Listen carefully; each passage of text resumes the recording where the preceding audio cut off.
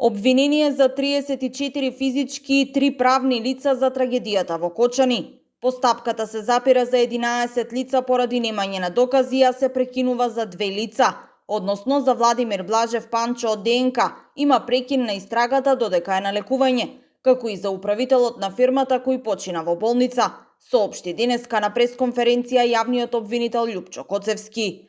Меѓу обвинетите се сопствениците и управителите на клубот, градежни инспектори, поранешни и актуелни градоначалници на Кочани, директори и службеници на државни институции, припадници на обезбедувањето, како и архитекти кои незаконски изготвувале документи. Тројца обвинети во својство на одговорни лица, сопственици и управители на правното лице Друштво за производство, трговија и услуги Класик ДМ-ДОО Кочани со подружница Кабаре Пулс Кочани, односно Друштво за производство, трговија и услуги и угостителство МММ Кафе Доел Кочани со подружница на правното лице Клуб Пулс Кочани од 13.12.2012 година до 16 март 2025 година во наведениот објект вршеле угостителска дејност, иако објектот не ги исполнувал минимално техничките услови за вршење угостителска дејност согласно член 6 од Законот за угостителска дејност. Затоа немале решение за одобрение за реконструкција со пренамена од градоначалникот на општина Кочани согласно член 97 став 5 од Законот за градење. Објектот не бил предвиден за намена Б3, односно големи угостителски единици.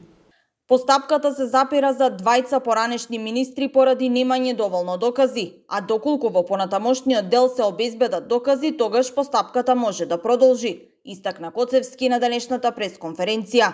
Телевизија 24 дознава, Дритон Кучи и Беким Незири се двајцата поранешни министри од економија за кои е запрена постапката, а според истите извори, од поранешните министри обвинети стануваат Крешник Бектеши и Валјон Сарачини, додека пак од Министерството за економија покрај двајцата поранешни министри обвинети се и 5 државни службеници, како и генерален секретар од таму. Во состојба на нецелосна документација за издавање на лиценца воопшто не постапиле согласно член 24 став 1 од правилникот за внатрешна организација и работа на Министерството за економија и не иницирале вршење на водредни инспекцијски надзор во Државниот пазарен инспекторат за проверка на минимално техничките услови. Во обвинението детално се наведени пропустите кај секоја од лиценците поединечно. Во оваа група за 5 лица, меѓу кои двајца поранешни министри, постапката е запрена, бидејќи обемот на прибраниот доказен материјал до овој момент не е доволен да се покрене обвинение против нив. Како поединечни случаи во истрагата се обезбедија докази за еден државен службеник кој постојано ги изготвувал лиценците за Пулс и кој директно побарал и примил подарок за себе и за други, за да изврши службено дејствие што не би смеел да го изврши. Во 2019 година прво обвинетиот побарал и добил 12.000 денари парична награда кои му биле исплатени на неговата банкарска сметка. Во 2024 година пак за поголема имотна корист од 226.000 денари на прво обвинетиот му изработил 2 фалсификувани лиценци кои ги заверил со службениот печат на Министерството за економија, а на кои своерачно се потпишал како да се потпишала обвинетата државна секретарка. Обвинет е и братот на газдата на Пулс кој ги продавал билетите. Тој во договор со првообвинетиот брат му дозволил во континуитет да работи локалот без законски пропишаните услови за заштита, продавал поголем број на влезници од што е пропишано за таа квадратура, со што овозможувал влез на поголем број на посетители од дозволениот број.